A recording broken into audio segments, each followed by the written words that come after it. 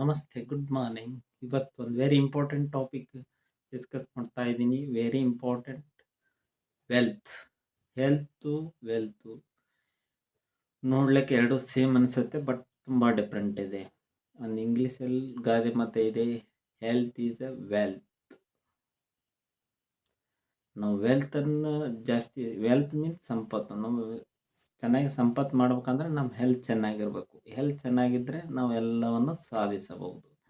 ನಮ್ದು ಹೆಲ್ತ್ ಸರಿ ಇರಲಿಲ್ಲ ಅಂದರೆ ಬಿ ಪಿ, ಶುಗರು ಆ ಥರ ಇನ್ನಿತರ ರೋಗ ಕಾಯಿಲೆಗಳಿದ್ದರೆ ನಮಗದು ಏನೋ ವೆಲ್ತ್ ಅಂದರೆ ಆಸ್ತಿ ಮಾಡೋಕ್ಕಾಗಲ್ಲ, ಅದರ ಸಂಪತ್ತು ಮಾಡೋಕ್ಕಾಗಲ್ಲ. ಇಟ್ ಮೇ ಬಿ ಅವು ಐಶ್ವರ್ಯ ಆರ್ ಶ್ರೀಮಂತಿಕೆ, ದೀಸ್ ಆರ್ ದ ಸಮಾನಾರ್ಥಕ ಪದಗಳು ಇನ್ ವೆಲ್ತ್. ಕನ್ನಡದಲ್ಲಿ ಏನಂತಾರೆ ವೆಲ್ತ್ ಅಂದರೆ ಸಂಪತ್ತು, ಅದರ ಶ್ರೀಮಂತಿಕೆ. ಮೌಲ್ಯಯುತವಾದ ಹಣಕಾಸಿನ ಆಸ್ತಿಗಳು ಆರ್ ಭೌತಿಕ ಆಸ್ತಿಗಳ ಸಮೃದ್ಧಿ. For example, it may be real estate, it may be stock, ಬಾಂಡ್ಗಳು, it may be any certificate deposit from the mutual funds or any stock market ಷೇರುಗಳು. These are the very important examples of wealth. ಮುಖ್ಯವಾಗಿ ನಾವು wealth ಅನ್ನು 4 types of classification ಮಾಡ್ತೇವೆ. First one financially, socially, third one time and wealth. Financially means ಆರ್ಥಿಕವಾಗಿ ನಾವು wealth ಅನ್ನು ಚೆನ್ನಾಗಿ ಇಟ್ಕೊಳ್ಳೋದು. It may be any type of money, it may be any type of real estate, any bonds or ಷೇರುಗಳು, mutual ಷೇರುಗಳಾಗಿರ್ಬೋದು or any type of stock market ಷೇರುಗಳಾಗಿರ್ಬೋದು. Second one socially. Social means ಸಾಮಾಜಿಕವಾಗಿ. ನಾವು ಸಾಮಾಜಿಕವಾಗಿ ಒಂದು ಒಳ್ಳೆಯ ಸ್ಥಾನದಲ್ಲಿ ಇದ್ದು ಎಲ್ಲ ರೀತಿಯ ಸಾಮಾಜಿಕವಾಗಿ ನಾವು ಬೆಳವಣಿಗೆ ಹೊಂದೋದು. Third one is a very important, time. Time ಅಂತೂ ಗೊತ್ತಿದೆ, ತುಂಬ ಈ ಸದ್ಯಕ್ಕೆ time is a very important. ನಾವು ಸಮಯಾನುಸಾರವಾಗಿ ಯಾವುದೇ ವಯಸ್ಸಿನಲ್ಲಿ ಯಾವುದು ಏನು ಬೇಕು ಅಚೀವ್ ಮಾಡಬೇಕು, ಯಾವುದು ಏನಿದೆ ಅದನ್ನು ಮದುವೆ ಆಗಲಿ ಅಥವಾ ಏನಾದರೂ ಮನೆ ಕೊಳ್ಳೋದಾಗಲಿ ಸಮಯಾನುಸಾರವಾಗಿ ಎಲ್ಲನೂ ಆಗಬೇಕು. ವೆಲ್ತ್ ಸೆಟ್ಲ್ ಆಗಬೇಕು. Fourth is a very important, health. ನಾವು ಯಾವುದೇ ಕೆಲಸ ಮಾಡಬೇಕಾದ್ರೂ health is a very very very important. ನಾವು ಹೆಲ್ತ್ ಚೆನ್ನಾಗಿರಲಿಲ್ಲ ಅಂದರೆ ಏನೂ ಮಾಡೋಕ್ಕಾಗಲ್ಲ. ಅದಕ್ಕೆ health is a wealth.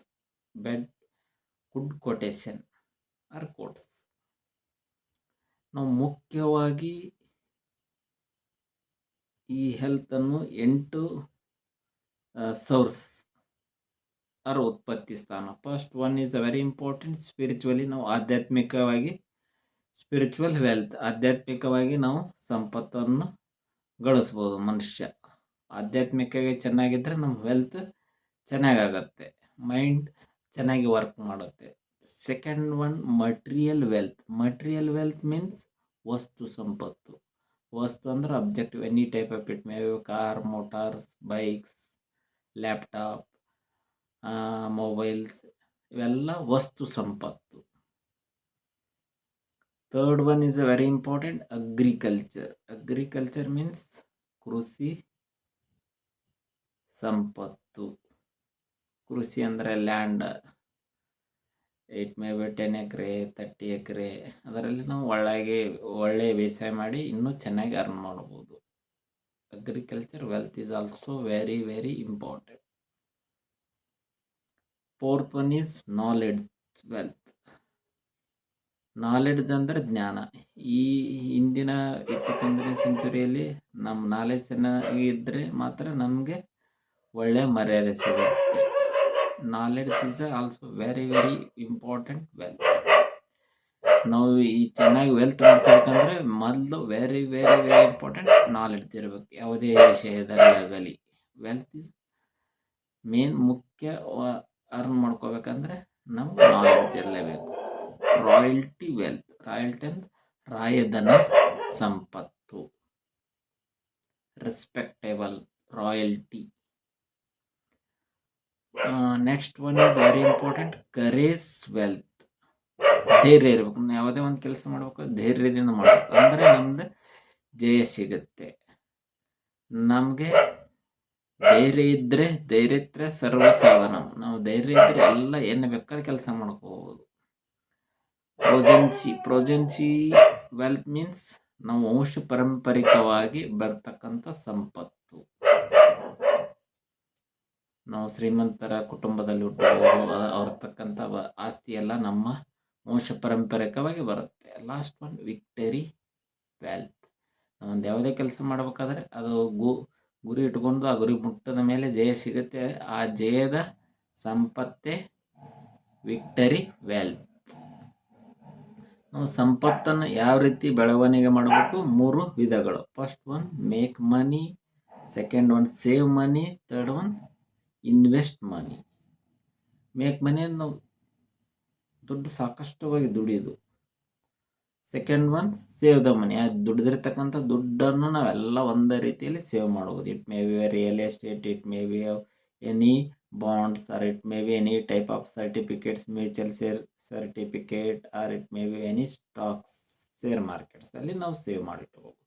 Third one proper investment. ಇದು ಹೇಳಿದೆನಲ್ಲ, ಪ್ರಾಪರಾಗಿ ಇನ್ವೆಸ್ಟ್ಮೆಂಟ್ ಮಾಡು.